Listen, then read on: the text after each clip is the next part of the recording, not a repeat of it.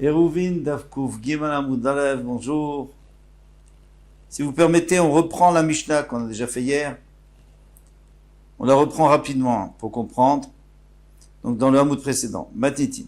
Koshrivni Bamamikdash. Dans le Beth Amikdash, on a le droit d'attacher une corde d'un violon qui s'est rompu. Avalo Bamdina, mais pas en dehors du Beth Amikdash pour autre chose. Vim Batrila. Mais si maintenant il y a un violon où il n'y avait pas de corde, Kan Vekan Assour, dans les deux cas, c'est Assour parce que ça on aurait pu le faire avant.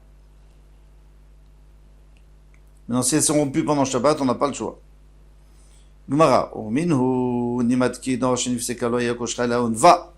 Il y a écrit qu'on n'a pas le droit de faire un nœud, parce que c'est Assour de faire un nœud, mais on fait une boucle.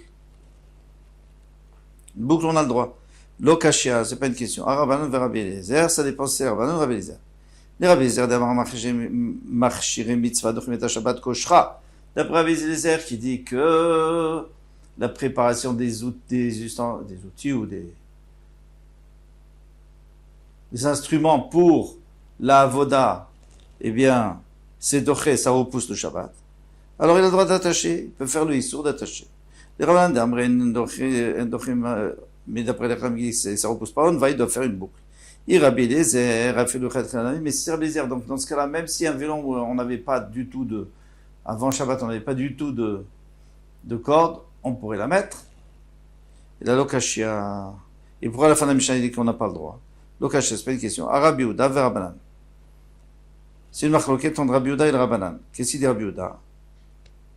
Parce que Rabbi Yehuda lui dit que de toute façon, attacher ou faire une boucle, de toute façon, tous les deux sont interdits. Donc, puisqu'on a le droit d'après tout le monde, maintenant, on va dire qu'on a le droit de réparer pour le Beth Amikdash, pour ce qu'on a besoin dans le Beth Amikdash. Alors, Rabbi Yehuda va dire, si déjà tu peux faire un nœud, vers Rabbanan. Et ceux qui disent, la Braïta qui dit qu'on peut pas, c'est parce qu'ils pensent que si on commence, qu'il faut faire une boucle parce que c'est seulement Issur de Rabbanan, tandis que noué, c'est kosher, c'est Issur de Braïta. Rabbi Yehuda Libademan. Maintenant, Rabbi Yehuda, d'après qui il va? Il dit qu'on a le droit de faire un nœud. D'après qui il va? Alors, on n'a pas dit, il va des Rabbi Eliezer, si ça va d'après Rabbi Eliezer Kamar qui dit, et qu'est-ce qu'il a dit Rabbi Eliezer? Il a dit que marcher mitzvah, tout ce qui est préparation pour un mitzvah, ça repousse le Shabbat. Alors, à filo donc même s'il n'y a pas du tout de fil, on aurait le corde, on a le droit d'en mettre. Et la lokashia. Alors, il faut passer encore une troisième machloket, Harabi Shimon Harabanan. Alors, la Mishnah qui la Braïta, c'est comme Rabbi Shimon, que lui pense que ça repousse pas le Shabbat. C'est pour ça qu'on n'a pas le droit d'attacher. Rabbanan, mais la Mishnah qui dit qu'on a le droit, c'est les Rabbanan qui disent qu'on a le droit de repousser le Shabbat.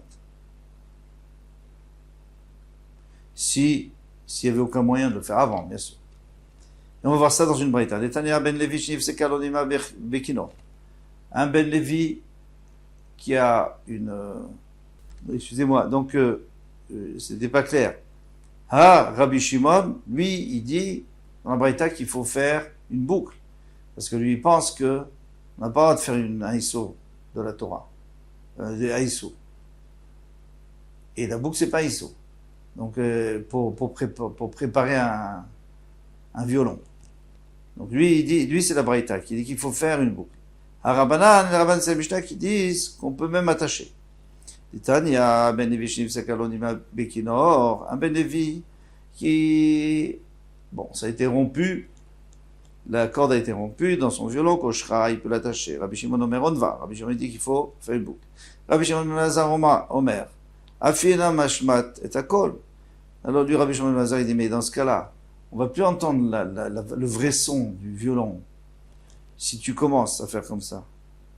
Ça sert à rien. D'accord. Tu vas, même si tu fais un nœud, ça n'aura pas le même son. Et là, Meshalchel, Milemata, Vekorech, Milemala. Alors, si ça s'est rompu en haut, il y a une cheville en haut et en bas. Une cheville qu'on tourne, et autour de cette cheville, il y a toujours de la corde en plus. Donc maintenant, si ça s'est rompu en haut, donc je vais dévider un peu en bas et je vais attacher en haut. Je vais enrouler en haut, et comme ça j'aurai une corde toute neuve. Au Michalchel Milmala avec Ofnemata, ou le contraire, si ça s'est rompu en bas, alors c'est en haut que je dévide, et en haut et en bas je resserre. Et qu'est-ce que j'ai gagné? Que de toute façon, puisque j'ai fait un issour de Makébé Patiche, là-bas j'aurais fait un issour d'attacher, maintenant je fais un issour de Makébé Patiche, c'est-à-dire de terminer l'objet, de terminer l'ustensile. Eh bien, on a le droit. Comme ça, dit Rabbi Shimon Azar, Vibaïtema. Et si tu veux, je te dirais Hav et Avarabanan, que les deux cas, c'est les Rabbanan. Soit la Mishnah, soit la Braïta. Qu'est-ce qu'ils disent les Rabbanan? Que s'il y a besoin, on a le droit, s'il n'y a pas besoin, on n'a pas le droit. Et l'okashia, kan be'emtsa, kan minatsa. Ça dépend si c'est be'emtsa, si c'est au milieu que ça s'est rompu, au milieu de la corde. Alors dans ce cas-là, si tu attaches, c'est sûr que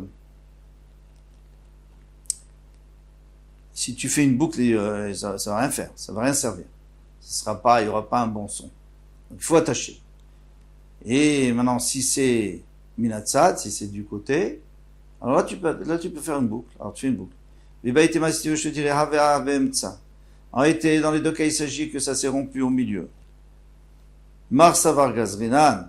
Il y en a un qui pense qu'on fait une xra, que si je lui permets de faire un nœud au milieu, donc il risque de faire un nœud même sur les côtés.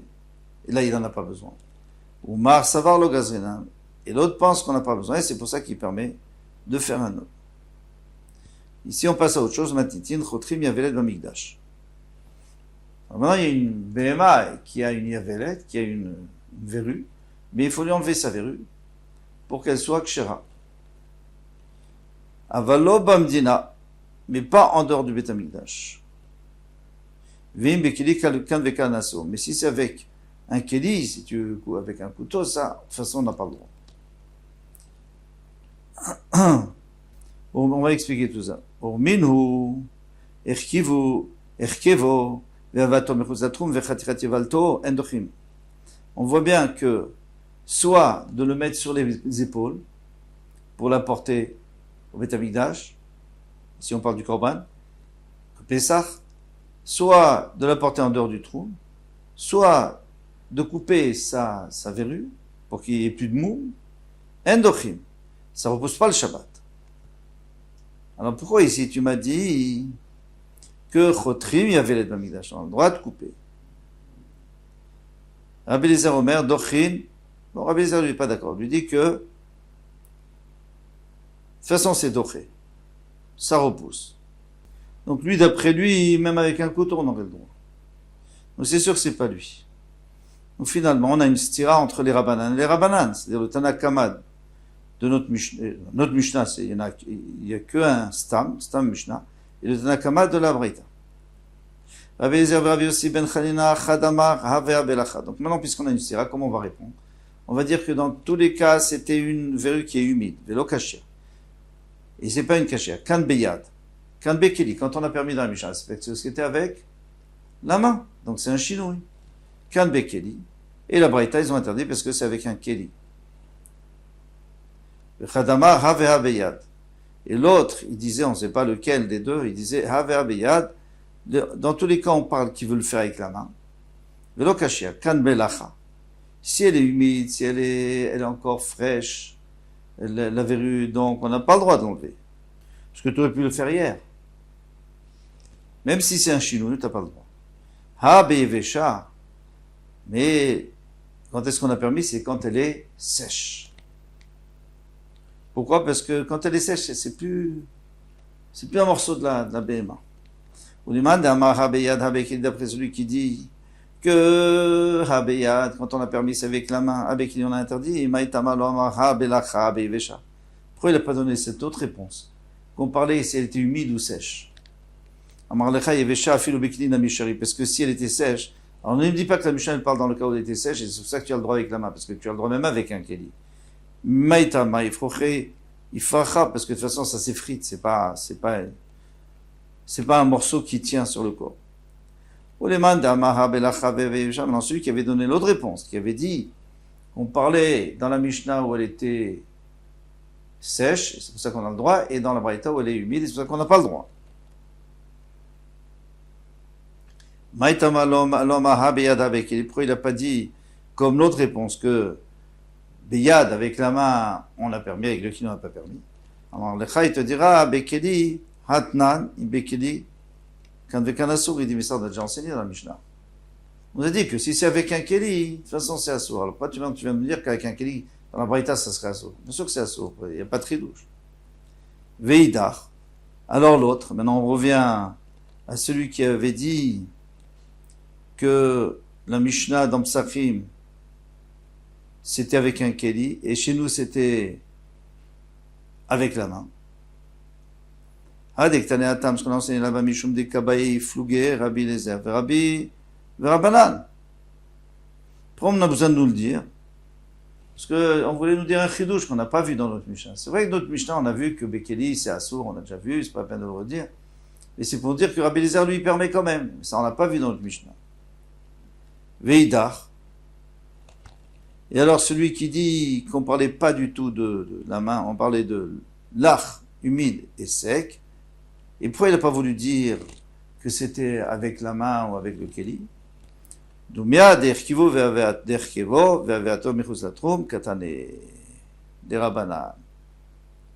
Alors lui, il a dit, puisque de toute façon, maintenant tu m'as parlé de la porter, de porter sur le dos. Ça, c'est seulement l'histoire de Rabanan. Pourquoi? Parce que Chayno Setetzmo, on a déjà vu que l'être vivant aide. Donc ça s'appelle pas vraiment porter. Donc c'est que sur Midrabanan. La porter en dehors du troum, le troum c'est Midrabanan aussi. Alors c'est sûr que la troisième chose qu'on a mis avec, c'était Midrabanan. Donc tu peux pas me dire que c'est un keli. Tu peux pas dire que c'est avec un keli. Parce que là, ça serait Midoraita. Veidar. Alors celui qui a dit que c'est avec un keli, alors comment il va s'arranger? Erkevo de Rabbi Nathan. Le cas où il a mis sur l'épaule, c'est pas comme Rabbi Nathan. Dama Achayno Setasmo qui lui disait que le vivant se porte. Non, on va pas d'après Rabbi Nathan. Lui, il va pas d'après Rabbi Nathan. Il va d'après ceux qui discutent contre Rabbi Nathan et qui pensent qu'on est chayav minatora si on porte un vivant dans la rue. Et veto, si tu dis, oui, mais la portée en dehors du troum, c'est bien, non.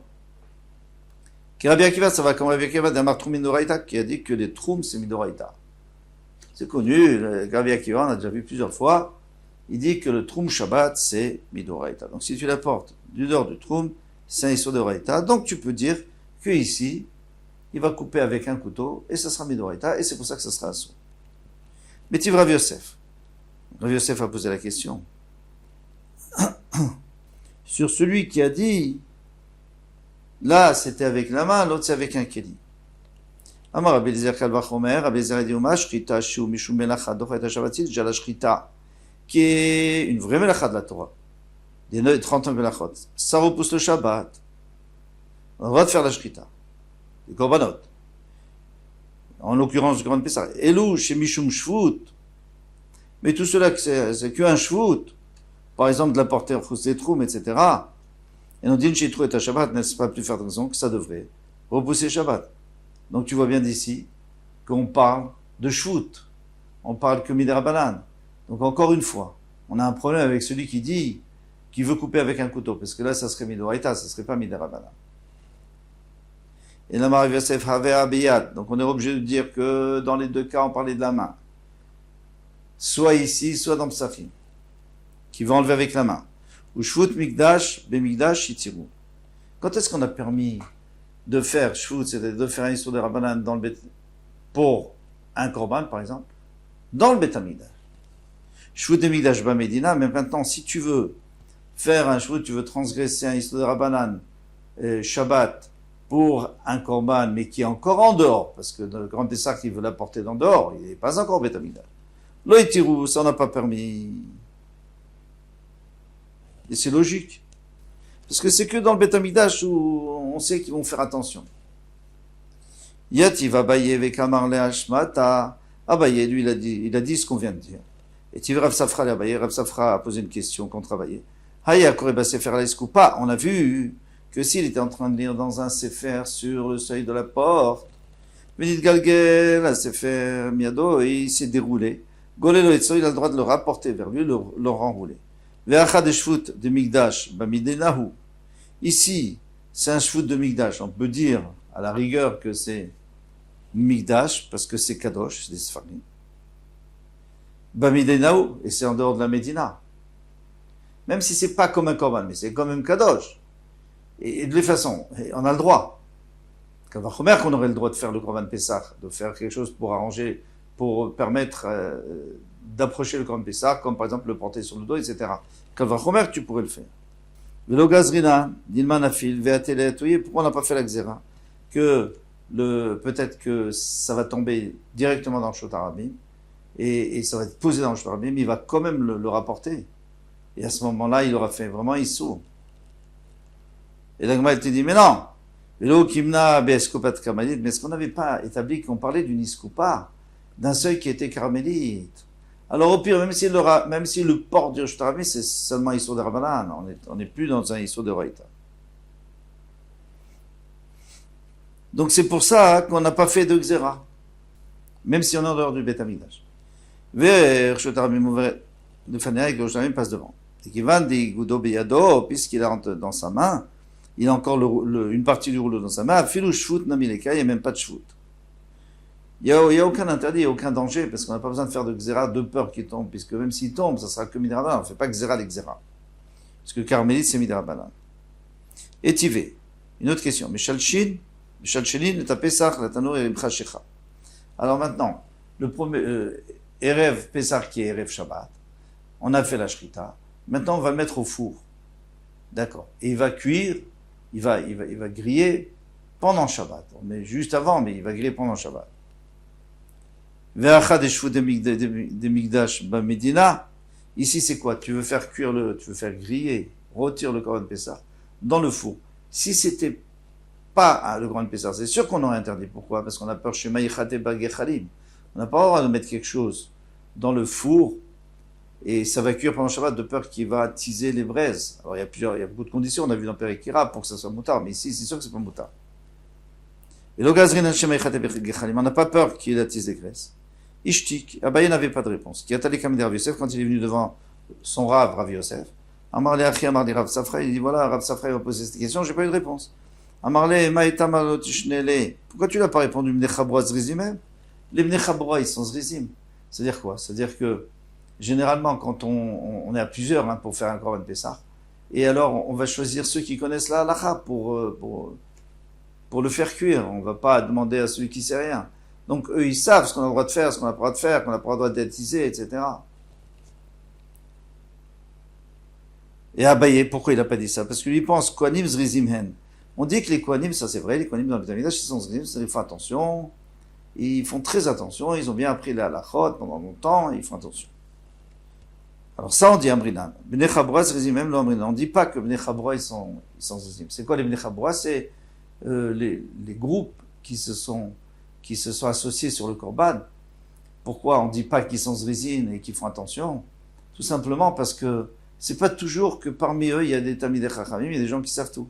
Il peut y avoir des groupes de gens qui sont Amer Haratzim, et alors, si on autorisé, on est obligé d'autoriser à tout le monde.